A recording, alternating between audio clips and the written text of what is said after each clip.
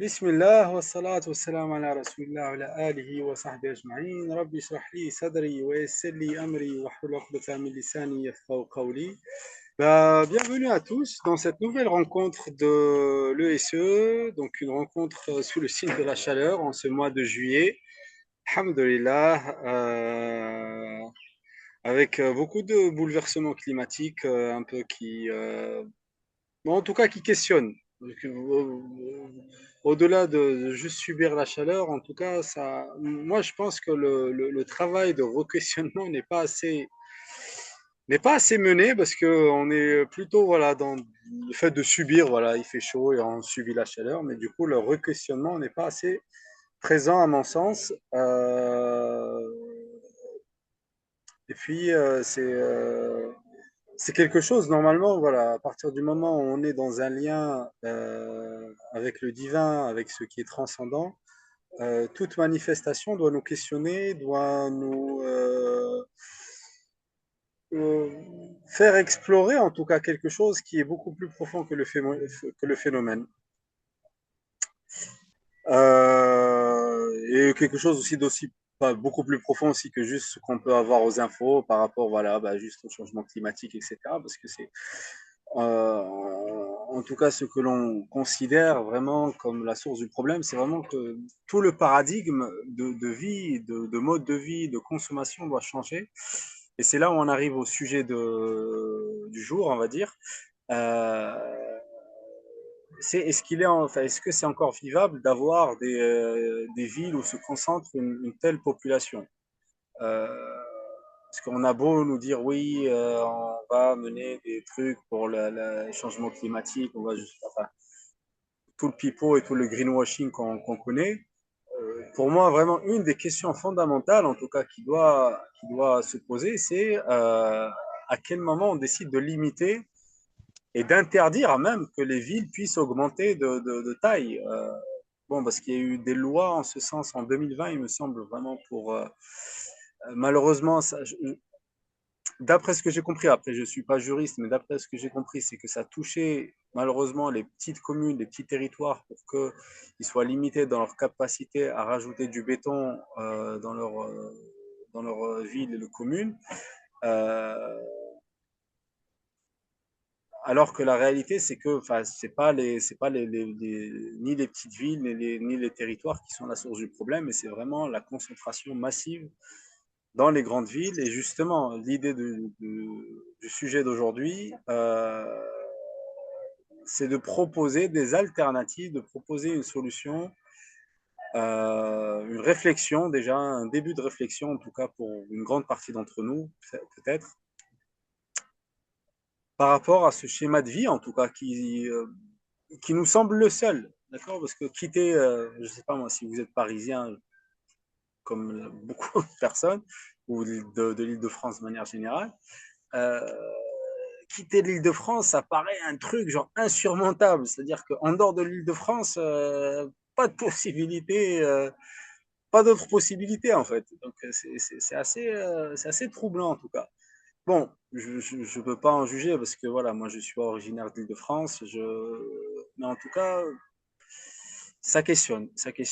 Et le partage d'aujourd'hui, moi en tout cas, une des intentions du partage d'aujourd'hui, c'est d'initier peut-être un début de réflexion avec notre frère Joachim, du coup, qui a accepté notre invitation, et qui va nous parler d'un projet. Je vais pas trop m'étendre sur son projet, mais je vais le laisser nous développer. Donc, il mène actuellement un début de projet dans le Cher, dans le département pardon, du Cher. Donc voilà, c'est un projet enfin, voilà, moi, depuis que je connais le frère Joachim, enfin, en 2021, il me semble, il a acquis ce terrain et puis voilà, il y travaille petit à petit en tout cas. Il me semble qu'il a aussi une vision d'un collectif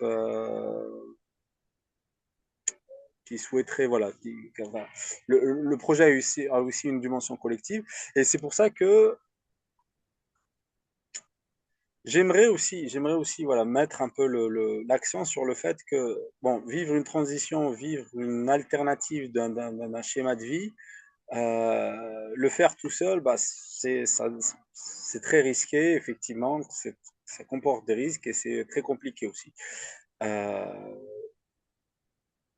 donc bon, quel est finalement l'équilibre à trouver entre bah, se lancer et puis bah, attendre qu'il y ait un collectif pour se lancer, ou alors se lancer et puis lancer une dynamique collective par la suite. Voilà. Il y a, Est-ce qu'il y a une réponse? Je ne sais pas. Donc on va vraiment laisser notre frère Joachim nous faire un retour d'expérience du coup, parce que c'est l'expérience vraiment qui peut être concluante, au-delà voilà, de la simple hypothèse. Et ce qui me aussi qui me marque en tout cas, ou qui me touche par rapport au collectif du frère Joachim particulièrement, c'est qu'il a nommé notamment le collectif Al-Kitab, parce que bon, Al-Kitab, bah, c'est une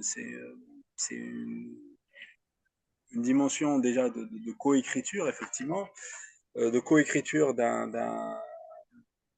du destin de l'humanité, mais c'est aussi la coécriture du manifeste de la libération, vraiment. Le terme Al-Kitab dans le Coran est vraiment utilisé dans ce cadre-là. C'est une coécriture d'un manifeste de libération, d'émancipation, voilà, si on veut utiliser plutôt un terme juridique, d'émancipation, mais de libération de manière générale. Euh, donc voilà, effectivement, parce que dans la volonté divine, cette volonté de libération est innée même dans la volonté même divine. Et coraniquement, c'est très clair. Euh, Libérer l'être humain de ce qui l'empêche d'aller vers le divin, et notamment, notamment aujourd'hui, voilà, selon notre jugement, vivre dans des conditions urbaines aujourd'hui bah, réduit l'être humain à ne pas vivre son plein potentiel. Voilà, bah, ça c'était pour mon introduction, et puis bah, je laisserai le frère Joachim se présenter, puis commencer par nous présenter effectivement la germination de son projet, et puis son développement, pas à pas à travers voilà, entre guillemets, ce qu'on peut appeler une démarche Kaizen. Et ensuite, les grands principes voilà, d'un collectif qui souhaiterait fonder ou qui souhaiterait appeler en tout cas. Euh, voilà, je lui laisse la parole et il est temps pour moi de me taire. Alhamdulillah Rabbil Alamin. Bah, merci Jad. Salam alaikum à tous. Donc moi, je m'appelle Joachim. Ça fait quelques années que je milite ici ou là. Et, euh, et du coup, bah, je vais vous raconter comment je suis arrivé dans le Cher. Euh, je pense que ça commence vraiment il y a 15 ans. Il y a 15 ans, je pars bah, d'Île-de-France, mais bon, j'ai jamais trop habité l'Île-de-France. C'est vrai que la connexion à la nature, je l'ai depuis tout petit. J'ai grandi un peu à la mer, un peu à la montagne. Il y a 35-40 ans, des associations comme Surfrider Foundation étaient déjà là à dire il y a du plastique dans les océans. C'est des trucs avant ma conversion à laquelle j'ai déjà eu une sensibilité. Donc suite à ma conversion, bah forcément, ça s'est enchaîné. J'ai un petit peu baroudé ici et là. Et, euh, et lors d'un tour de France qui a fini en Tunisie, je passe par un collectif qui s'appelle l'Arche de Lanza del Vasto, donc, qui est une initiative non violente. Donc, c'est un disciple de Gandhi et chrétienne. Et là, je passe quelques jours là-bas, au-dessus de Montpellier, là, sur les plateaux. Et là, ça me parle. Là, ça me parle. Je me dis, waouh, je prends vraiment une claque et je me dis, waouh, ça a du sens. Ça rentre vraiment dans l'idée d'un témoignage de vie, ce qu'on appelle un témoignage de vie, pas seulement du parler. Et au bout de quelques jours, je me dis, il faut que je m'en aille, sinon je vais rester là, quoi. Bon, je continue mon voyage, mais je pense que ça a été vraiment une des graines qui a semé, en tout cas en moi, cette idée de collectif. Il y a évidemment, en tant que converti, le besoin de se recréer aussi une famille. Faut pas non plus tout enlever de l'ego. Mais en tout cas, ouais, c'était une première expérience forte. Ensuite, bah, je reviens en Île-de-France. Bon, je participe à différents projets au Creusot, à Dourdan, voilà, pour un petit peu avoir ce lien entre spiritualité, nature et donner des occasions aux gens de mettre les mains dans la terre, de se reconnecter un petit peu à la masse, pour parler comme un électricien. Euh, donc, euh, donc, ça a été un petit peu ce cheminement-là. Euh, avec cette idée de construire quelque chose d'autre, parce que ce que je rencontre, voilà, a ses limites aussi. Et du coup, avec un ami qui avait envie de se lancer en maraîchage, on échange un petit peu des photos, on cherche des bonnes annonces, et je trouve un terrain dans le Cher qui était vraiment une occasion assez exceptionnelle. C'était des gens qui étaient en permaculture, de bec et loin, qui étaient formés là-bas. Et du coup, bon, bah, je dis à la personne, vas-y, tu veux te lancer en maraîcher, moi je viendrai de temps en temps, toi tu habites sur place, puis ça donne le temps de t'acheter un terrain. Donc j'achète ce terrain. Le début, la personne finalement se désiste, je me retrouve avec le terrain que je vais travailler quelques années. Et avec la fin du projet au Creusot, bah, je me dis, bon, bah, autant lancer quelque chose, quoi. Donc j'ai acheté un petit bien avec pas mal de surface à côté, à 400 mètres du terrain. Et, euh, et voilà un petit peu comment je suis arrivé là.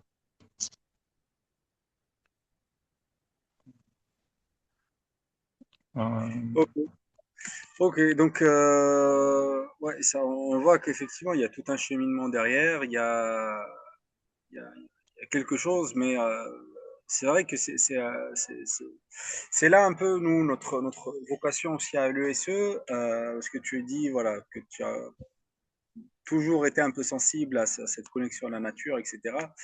Notre vocation à l'ESE, c'est que finalement, aujourd'hui, notre quotidien en tant qu'adulte, entre guillemets, voilà, parce que les gens, on va dire, qui nous écoutent sont beaucoup voilà, des gens qui sont sûrement des gens mariés avec des enfants, etc. C'est pour ça qu'on souhaite vraiment beaucoup mettre l'accent sur la transmission aux enfants. Parce que même si voilà, aujourd'hui, voilà, vous n'avez pas le choix, vous êtes dans un milieu urbain, vous êtes dans un schéma de vie, bon, finalement, que vous ne pouvez pas changer, etc. Bon, c'est pas parce que, voilà, contrairement à mon introduction qui a été un peu directe, mais effectivement, il y a des difficultés. Mais le plus important dans tout ça, c'est de transmettre aux enfants vraiment quelque chose de cette connexion, quelque chose de cette grandeur, quelque chose de profond, et c'est jamais perdu. D'accord, c'est jamais perdu. Euh, et maintenant, voilà, nous, on œuvre dans ce cadre-là. Maintenant, si on a une personne qui, effectivement, bon, bah, voilà, elle a l'occasion, ou vraiment elle est dans un burn-out de ce qu'elle vit, ou alors vraiment, ça y est, elle en a ras-le-bol vraiment de tout ça. Elle veut se lancer. D'accord. Donc, tu nous as parlé d'une démarche pas à pas, d'une démarche Kaizen, d'une construction voilà, qui se fait bah, au fil des années, parce que tu as parlé d'années. C'est vrai que moi, quand je t'ai connu, voilà, tu commençais à prospecter les terrains, puis tu as acheté, il me semble, ton terrain en 2021, et puis voilà, là, le terrain, tu l'as travaillé petit à petit. Donc, est-ce que tu pourrais il nous lâche les parler premiers de fruits. Il lâche les premiers fruits. quels étaient tes premiers fruits? Alhamdoulilah. Voilà, est-ce que tu pourrais nous parler de cette démarche justement de pas à pas, voilà, pour vraiment du coup pour les personnes qui souhaiteraient se lancer. Et puis surtout ce qu'on voudrait savoir, c'est que bon, il y a l'utopie, il y a l'idéal, il y a le rêve, mais aussi il y a la réalité aussi, d'accord. Donc la difficulté de la réalité qu'il ne faut pas omettre. Euh, donc voilà, bah, je te laisse la parole pour nous faire part de ton expérience. Ouais, sur le côté pas à pas, en fait, c'est un petit peu. En fait, le pas que tu fais, c'est aussi celui qui va te mener au suivant. Hmm. Et si tu le fais pas, bah, tu vas pas avoir ce deuxième pas. Je pense au verset du Coran qui parle au niveau des peuples que Dieu change pas un peuple avant que lui-même se change. Bah, faut pas hésiter en fait à faire des petites initiatives. on a commencé, on était à Paris, on faisait des réunions, bah, tu parlais d'utopie, on faisait des réunions d'utopistes et on disait on pourrait faire ça, on pourrait faire ça. Mais malgré tout, derrière cette pseudo, enfin utopie, je sais pas si c'est le bon mot, mais euh, en fait Dieu il le voit et toi tu sèmes quelque chose. Tu sèmes quelque chose en toi, tu sèmes quelque chose autour de toi. Et c'est ça qui va faire que 10 ans plus tard, il va se passer quelque chose. Donc, Hmm. faut pas forcément forcer les choses, mais faut faire des petits pas, quoi. Hmm. Des petites choses qui te permettent ensuite d'enchaîner. Et pas considérer aussi, c'est quelque chose, une autre réalité que je me rends compte, parce que là, je suis sur une rénovation, sur des gros, gros travaux. Hmm. Si tu considères le tout, tu te dis c'est impossible et ta tête, elle explose à cause de la charge mentale. Hmm. Donc, tu as ta liste, tu as les étapes que tu veux passer et tu les passes sur des gros travaux comme ça. Donc, c'est assez formateur par rapport à ça. Euh, on était à l'époque sur les en Île-de-France, quand on parlait de ça, on parlait j'avais surnommé le projet 1, 2, 3 Soleil.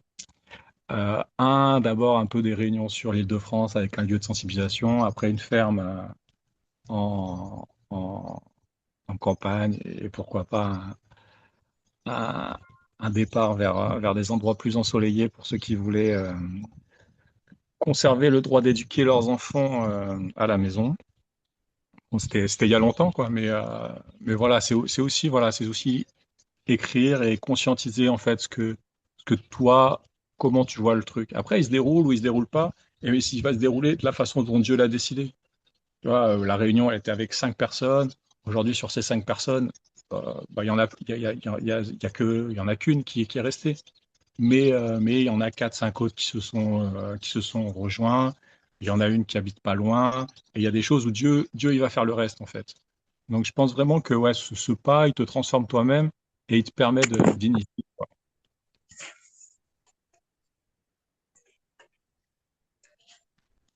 D'accord. Et en fait,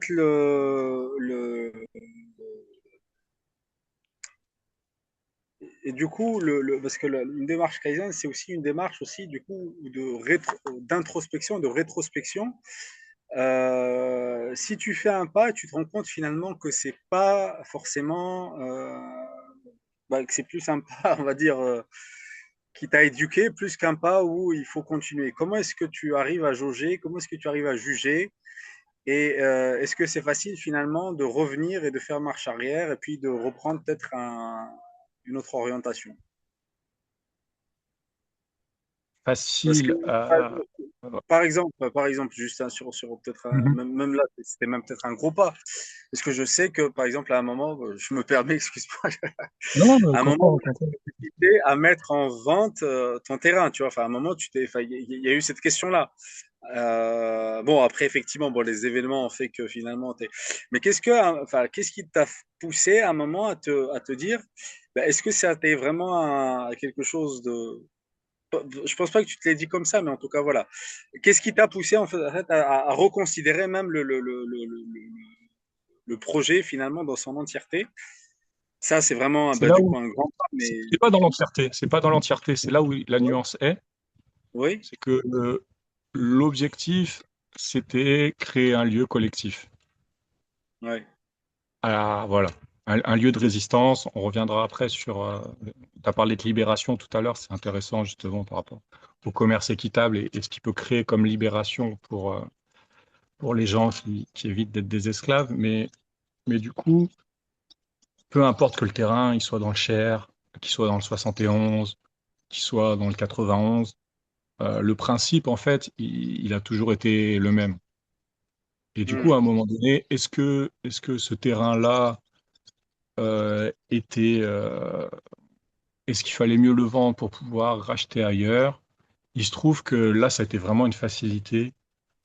J'ai trouvé une maison à 400 mètres du terrain qui me permettait un peu de faire, qui était faite pour moi, quoi, un peu. Franchement, hein, tu vois, parce que personne en voulait, parce qu'il y avait des travaux, parce que je suis un homme célibataire qui peut vivre un petit peu en camping. Il y avait des choses qui s'alignaient, qui faisaient que, et c'était à 400 mètres du terrain, donc c'était aussi formidable. Donc, donc je pense que Après, la remise en question, ton principe, s'il est choisi au nom de Dieu avec certaines valeurs, il va pas vraiment bouger, quoi.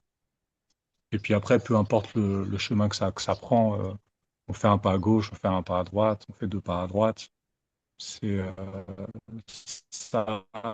euh, Par contre, c'est sûr que tu parlais de désillusion, d'espérance. C'est aussi des choses que j'ai pu expérimenter dans d'autres projets où j'ai pu voir des gens qui, euh, qui projetaient, parce que c'est vrai que moi, j'avais pas non plus une énorme projection sur ce que j'allais vivre, mais il y avait des gens qui espéraient beaucoup dans des projets et qui n'ont pas vu ces espérances réalisées parce que peut-être ils ont demandé trop, peut-être qu'on leur avait menti, mais ou peut-être que les gens se mentaient à eux-mêmes. Mais c'est vrai que sur ce qu'on appelle les écolieux, tout ça, c'est des gros problèmes d'arriver avec, en se disant, waouh, ça va être le paradis, ça va être génial. Petite parenthèse sur le terme écolieu, là où je suis, c'est vraiment pas l'idée d'un écolieu. Écolieu, c'est un peu un éco-village, donc c'est vraiment un éco-hameau où on a toutes les maisons.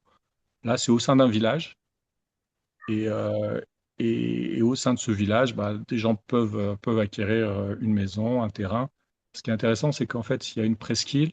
Cette presqu'île, elle est préservée parce qu'elle est inondable, donc c'est pas constructible. Il y a pas de... Et il y a plein de petits terrains où les anciens bah, faisaient leur jardin. C'était intéressant. Et, euh, et du coup, aujourd'hui, ils sont un peu abandonnés. Et du coup, il pourrait y avoir une revitalisation justement de cet espace de maraîchage qui est vraiment sympa pour redonner vie un peu à cette presqu'île. Donc ça, voilà, c'était le petit. C'est pas vraiment un écolieu, c'est plus ce que j'appelle un collectif, un collectif, un éco-réseau qu'un écolieu. Ok, d'accord. Bah, ouais, intéressant, intéressant en tout cas. Enfin, c'est bien que tu l'aies mentionné comme ça. C'est que finalement, le plus important, c'est de se définir bah, du coup l'objectif que l'on souhaite, effectivement, cette orientation que l'on souhaite avoir, euh, cette qibla, si vous voulez, cette qibla que l'on souhaite avoir. Après, la qibla est la même. Après, là où tu es, bah, justement, tu vas, peu importe où tu es, la qibla va rester la qibla. Et effectivement, cette orientation, elle est importante de se la définir. Après, bah, juste pour donner un comparatif, bon, j'en profite, c'est l'occasion. Effectivement, bah, si on regarde même sur l'initiative ESE en elle-même, à la base, c'était pas, enfin, moi, j'avais pas du tout l'idée de la fonder, même si l'idée, elle était toujours là. Bah, j'ai commencé déjà par, au début, bah, fonder on va dire une entreprise de conseil. Ensuite, j'ai voulu intégrer un institut avec un centre de recherche. Ensuite, bah, maintenant, c'est sous forme associative. Et même là, franchement, l'associatif, c'est vraiment voilà, pour être une première structure. Mais moi, j'aimerais vraiment beaucoup qu'on se développe pour que l'ESE devienne vraiment une coopérative. Voilà, donc ça, c'est parce que l'idée derrière, c'est de valoriser ces principes, justement, qu'est-ce qu'une entreprise, entre guillemets, avec une éthique spirituelle. Donc ça a toujours été l'orientation. Après, ça a pris diverses formes. Voilà, juste pour faire un peu le parallèle. Et donc, je te rejoins sur ça. Euh, mais toi, du coup, donc, t'avais cette orientation de fonder, bon, on va dire un lieu, pas un écolieu, un lieu avec un collectif. Tu peux nous parler un peu des principes, parce que tu as parlé un peu de principes d'émancipation. Donc, quels sont pour toi les principes qui ont été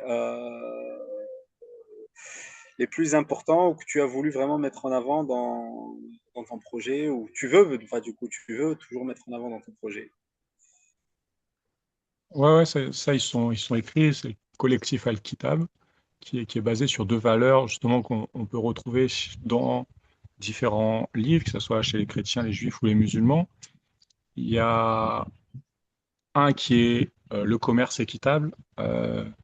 Dieu, c'est un libérateur d'esclaves, que ce soit à l'époque des Hébreux ou dans le premier verset du Coran qui parle du chemin ascendant, qui dit de libérer d'un joug. Et on trouve aussi dans Ézéchiel le devoir d'être équitable. Et, et aujourd'hui, notre monde en manque cruellement, quoi. J'ai envie de dire, les gens, ils veulent faire le bien.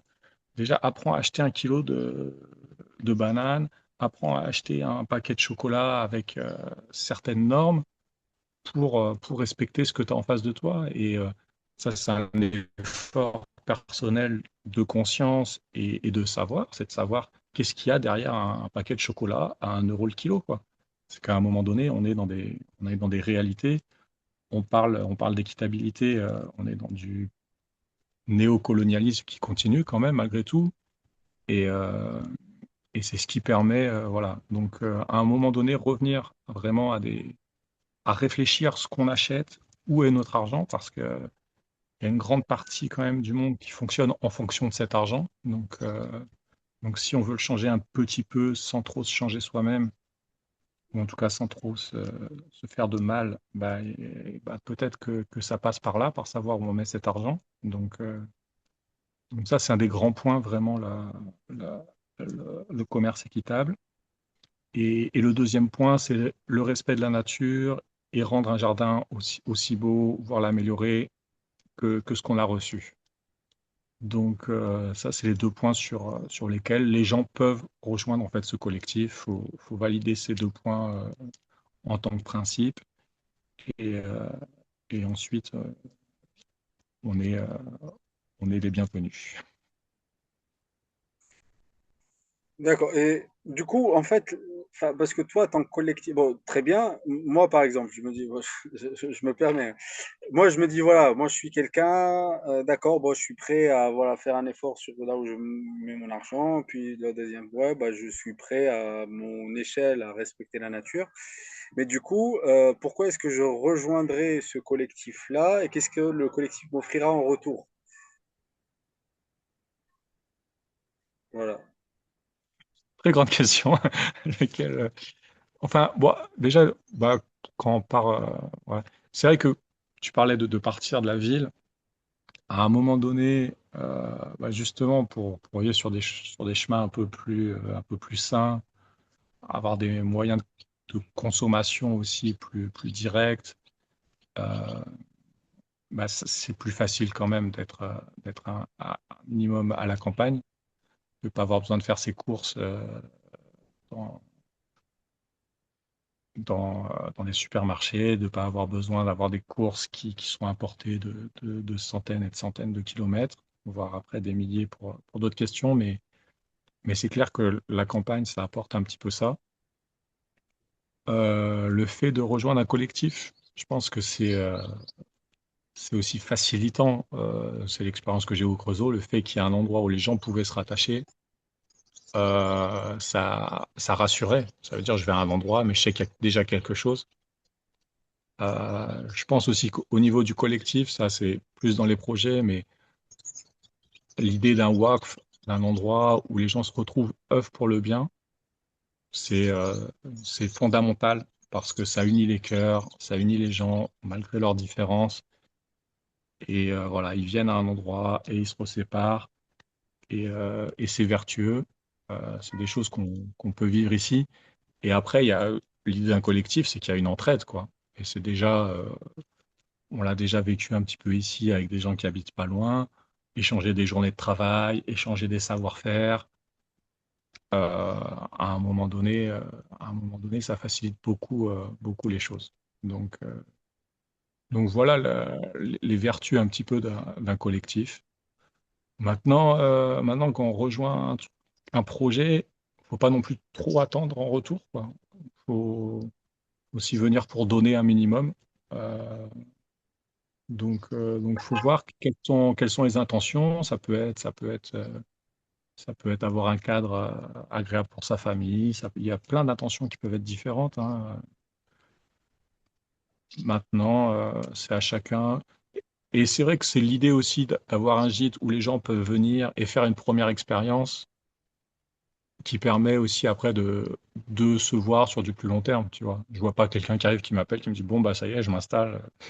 Écoute, viens une fois, viens 2 fois et, euh, et Inch'Allah, quoi, tu vois. Et c'est aussi, on parlait de pas à pas, à un moment donné, les grands sauts, euh, c'est toujours beaucoup plus dangereux en termes de perte d'équilibre. Le pas à pas, il est stable. Le grand saut, il peut marcher de temps en temps, hein, mais c'est plus déséquilibrant. Donc, faut aussi considérer ça.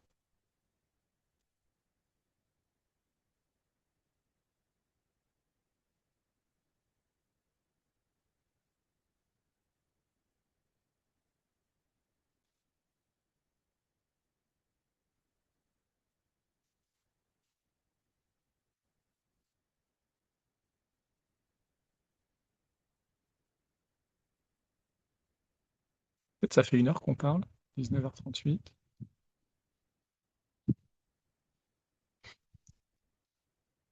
Ah, je me suis branché il y a 1 heure, tu vois? Si tu me rebranches.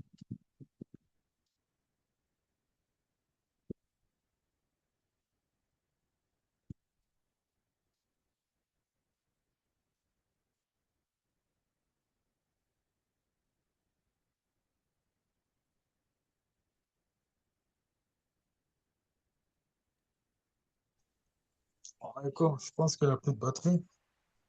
Je sais pas. Allez, comme ça va, Moussa? Voilà. Ouais, elle vient, ça, mais c'est bizarre. Je pense qu'elle a plus de batterie. Et un peu.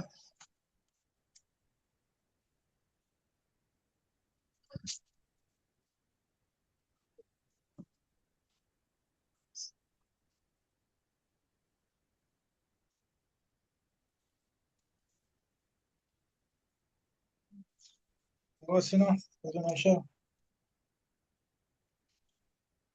Dis-moi, ça va, Moussa, ou quoi? Ouais, tranquille, hein.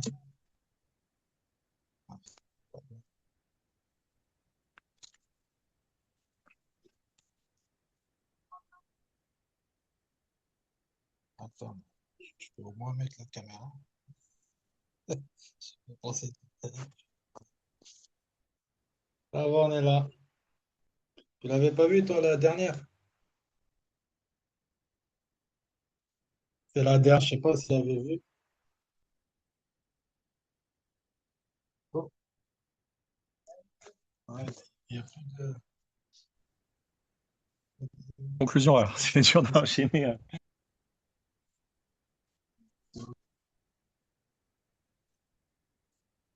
Peut-être dès que j'ai mis la vidéo, là, ton image s'est figée. Bon, bah, c'était pour présenter la petite art.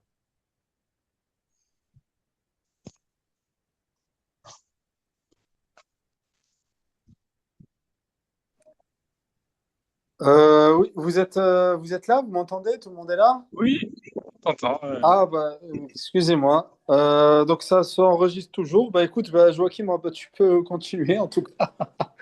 Pardon. C'est tout. Bah, l'enregistrement il s'est pas arrêté apparemment. Donc Ok, je sais pas toi à quel moment tu t'es arrêté, mais j'étais arrivé un petit peu à une donc conclusion en ouais, disant que le tu pas à parlais pas du coup était du plus. collectif. Tu parlais du collectif, bah, que le fait de venir, bah, ça peut t'apporter voilà un savoir-faire, ça peut t'apporter aussi bah, d'avoir des moments en famille, ça peut t'apporter le fait voilà, d'être dans un système d'entraide, on va dire, enfin, de se voir, de se lier d'amitié. Voilà, grosso modo, j'en étais là. Ok. Et du coup, j'avais rajouté que dans l'idée d'un pas à pas, le pas à pas est quelque chose de stable, alors que le grand saut va être très déséquilibrant. Et l'idée aussi de proposer un gîte, c'est que les gens puissent venir 1 fois, 2 fois, avant de prendre une décision qui est quand même importante et déséquilibrante du coup. Donc voilà, c'était ça l'idée, c'est de dire, voilà, aussi dans l'idée de faire des petits pas, ça augmente la stabilité de ce qu'on fait. D'accord, ok. Et donc, si je comprends bien, en fait, toi, l'idée de ton collectif Al-Kitab, c'est en même temps d'avoir cet idéal de commerce équitable, enfin, d'inviter des gens à un idéal de commerce équitable et de respect de la nature, on va dire, mais en même temps de l'ancrer dans le lieu que tu es en train de fonder, à travers vraiment ce schéma-là Bah, du coup, qu'est-ce que tu vas proposer concrètement? Est-ce que c'est des chantiers participatifs, des séjours, famille? Comment tu imagines en fait concrètement la mise en place de ton projet? Bah, c'est vrai qu'aujourd'hui, il y a le terrain qui est à 400 mètres, sur lequel il y a une forêt nourricière qui est en train de se planter. C'est un terrain assez difficile parce que c'est une bande rivière, donc la terre est très sableuse et elle ne retient pas du tout l'eau. Donc c'est un joli combat pour que les arbres aillent chercher profond, quoi. Et après bon, vu qu'il y a la rivière quand même qui est pas loin, il y a quand même de l'humidité un peu plus profond. Donc c'est vrai que des chantiers participatifs, j'espère des moments de partage aussi, autres que le chantier lui-même de travail. euh, et aussi après l'ouvrir à d'autres associations qui peuvent venir en privatisant le lieu, que ça soit, voilà, ça se veut un lieu de résistance, donc voilà, que ça soit un lieu accessible et qui facilite un petit peu ça. Après, je dirais pas que je veux organiser Al-Kitab autour de ce lieu-là. Pour l'instant, c'est la seule chose qui existe dans Al-Kitab. Mais c'est vrai que, j'en parlais tout à l'heure, le terme de Waqf et d'avoir vraiment un terrain qui soit pas le mien, mais qui soit justement au collectif, ça serait pour moi le centre du collectif. Donc, mais ça, pour l'instant, on est quand même loin parce que ça demande d'acheter un terrain, ça demande des dons quand même en argent voilà, qui sont pas pour l'instant sur la table. Mais dans l'idéal, ouais, dans l'idéal, ça serait quand même ça. Donc ouais, aujourd'hui, voilà, des partages de savoir, de gens qui veulent apprendre à greffer des arbres, de gens qui veulent apprendre à faire différentes choses, des chantiers participatifs pour rénover une mare. Il peut y avoir pas mal de choses, quoi. Des moments de partage de sagesse. Ça reste, c'est très ouvert. C'est un point aussi sur voilà, finalement, là, comment j'en suis arrivé là. Je me suis rendu compte que aussi, bah voilà, le chemin, on ne sait pas vraiment où il passe, quoi. Quand on part en randonnée, la randonnée, elle est quand même assez initiatique, quoi. On se rend compte que bah voilà, on suit le chemin en fait. Et c'est pas nous qui avons décidé du chemin. Si on veut prendre droit face nord, on va se casser les dents sur la montagne, quoi. Donc Hmm. on suit un petit peu où on passe. Comme l'eau qui redescend de la montagne, elle va suivre un petit peu là où c'est facile, Ouais. où c'est faisable. Bah on va faire pareil, quoi. Là, c'est ça, l'avenir, ça reste quelque chose de très ouvert.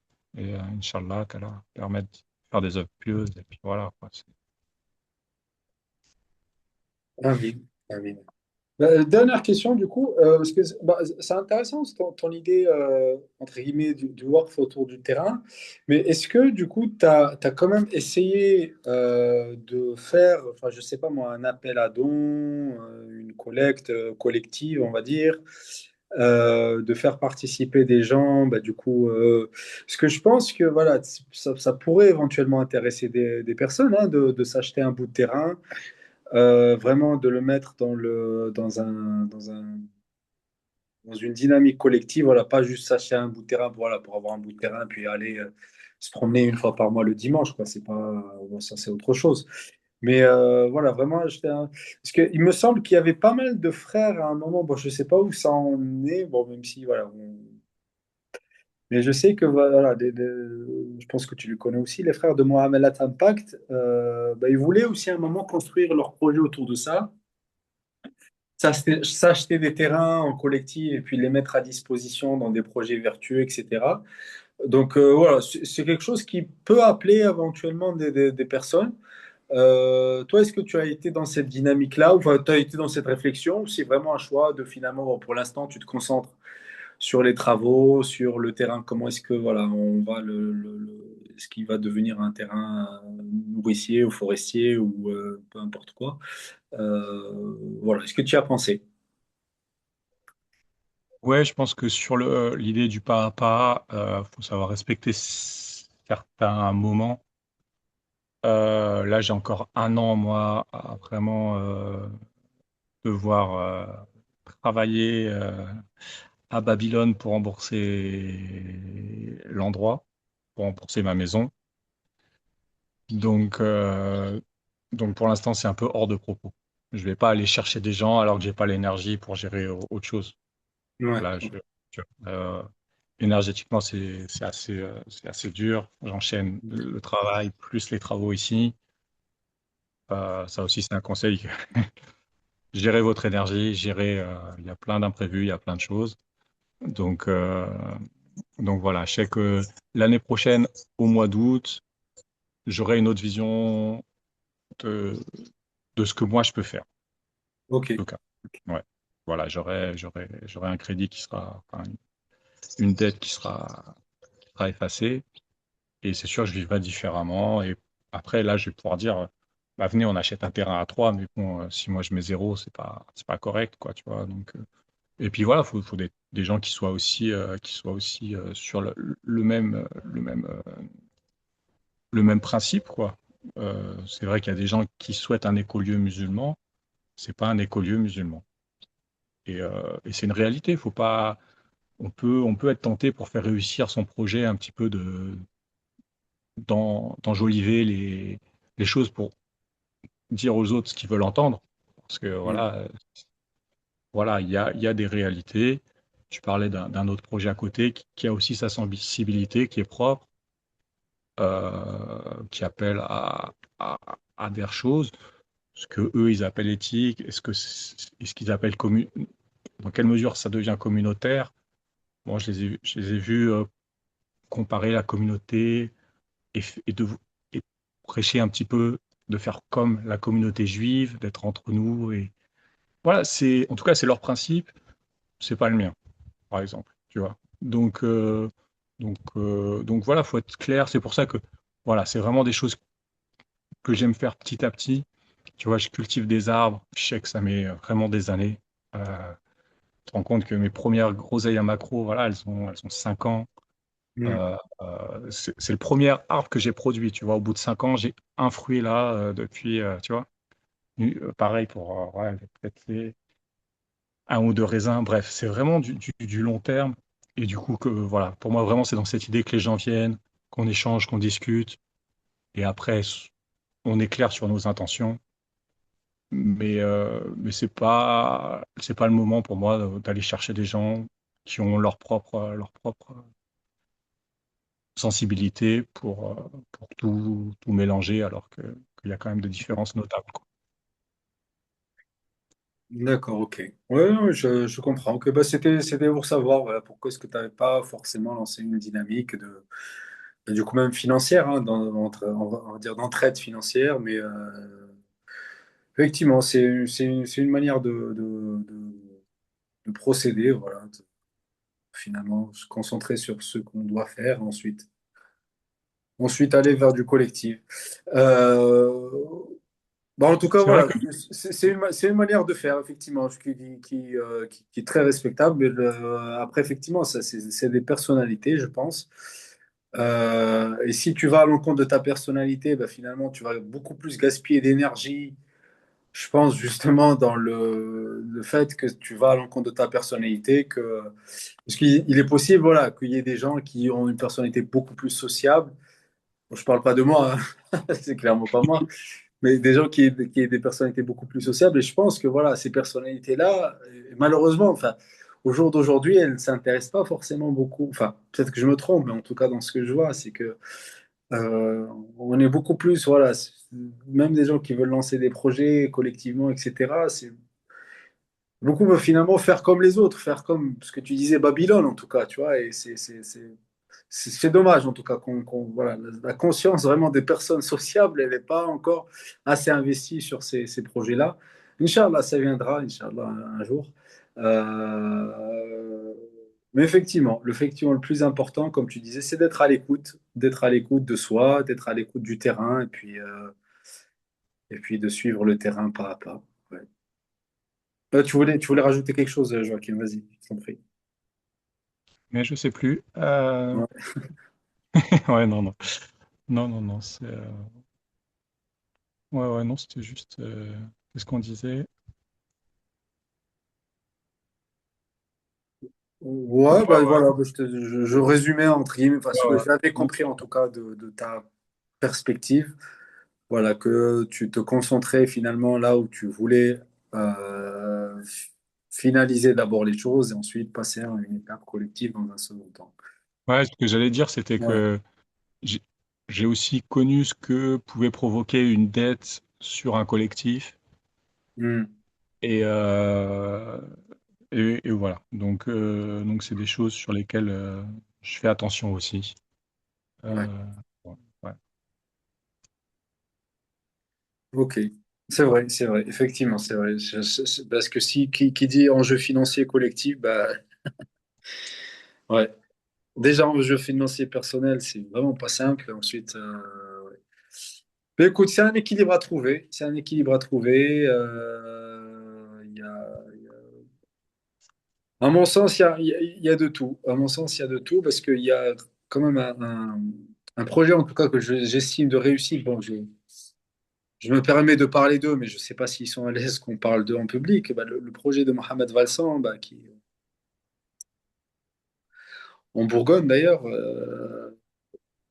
qui est vraiment très très intéressant. Je ne sais pas si tu as eu l'occasion de visiter avec nous ou pas, mais en tout cas qui est très intéressant. Mais eux, effectivement, bah, ils étaient à la base en Île-de-France. Bon, après, effectivement, il y a une dimension aussi un peu de famille étendue qui peut-être facilite ou pas, hein. Encore une fois, il n'y a pas de vérité générale, moi j'ai envie de dire. Euh, mais du coup, l'enjeu financier a été bah, dès le départ de collecter collectivement un truc pour s'acheter quelque chose à la campagne, quoi. Donc il y a de tout, voilà, voilà là, il y a de tout et en tout cas, comme tu disais au départ, c'est que Dieu le voit, Dieu le voit. Être dans la réflexion réellement, enfin déjà être dans la réflexion, Dieu le voit vraiment. Et ça c'est pour moi vraiment quelque chose de central, c'est que un de nos enseignants, il nous a appris que le fait de réfléchir pour la Ummah est une ibada. Voilà, ibada qu'on traduit entre guillemets, en fait, de manière coutumière par acte d'adoration. Mais la ibada, c'est réellement être au service de Dieu. Donc la ibada, vraiment, voilà, être dans la pensée collective de la Ummah est une ibada. Euh, donc, alhamdulillah. Et Dieu le voit, comme tu disais, et puis il nous ouvre ou il nous enseigne là où les choses ne s'ouvrent pas forcément comme ce que l'on imaginait. Voilà, ben, un Non, mais, mot de la fin, Joachim? non, mais bah, j'allais Oui, dire un petit mot euh, ouais, sur là où tu es allé chez la famille Valsan, du coup. ouais, Et après, enfin, je pense en général, bon, j'ai eu des colibris qui sont passés nous voir dans le 71. Les deux conseils que je leur donnais, c'était soyez clairs sur les intentions, soyez clairs sur la gouvernance. mm, Et justement, quand tu parles de la famille Valsan, peut-être il y a un shir qui est là et qui donne un peu le là. Et c'est important d'avoir échangé là-dessus. Qui est l'émir? Moi, j'aime beaucoup cette définition. Je pense que c'est toi qui me l'as donné ainsi, de dire que l'émir, c'est le premier serviteur. Et du coup, ça peut varier en fait au fil du temps. Maintenant, quand quelqu'un, ça fait 4 ans qu'il travaille sur le projet, avant que tu le rattrapes, bah, va falloir que tu travailles un petit peu. Mais c'est faisable. Et il faut qu'à ce moment-là, il sache à un moment donné aussi partir. Mais sur la facilité de la réussite d'un projet, qu'il y ait un père de famille, là, par exemple, chez cette famille-là, je pense que ça joue aussi et que c'est fondamental.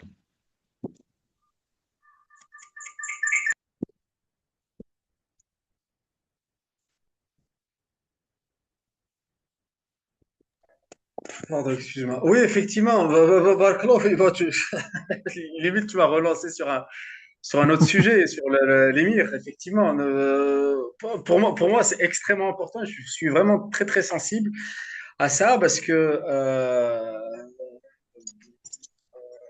l'idée, entre guillemets, en fait, il y a une idée, réparer un extrême ne doit pas passer par un autre extrême, en fait, tu vois. dire oui, l'autorité ou bon, je m'excuse auprès de ce collectif-là. Bon, je ne sais pas si ça va me causer des problèmes ou pas. Enfin, je pense pas qu'à notre niveau.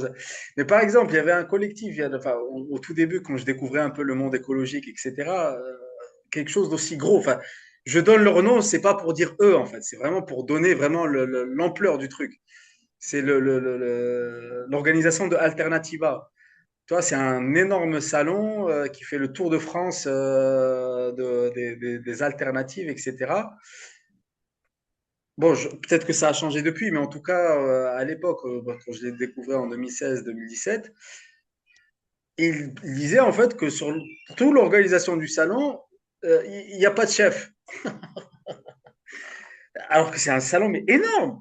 Et en gros, bah, voilà, en discutant, bon, au début, bon, nous, on était là avec les frères de Toulouse, Nature Halal, voilà, on était un peu timides, etc. Mais en discutant un peu à gauche, à droite, comme ça, bon, il y en a un, il nous dit, bon, bah, c'est pas, bah, à l'époque, c'était le président de Nature Halal qui pose la question à un des participants, il lui dit, bah, en fait, on ne comprend pas trop comment ça peut marcher quand même sans...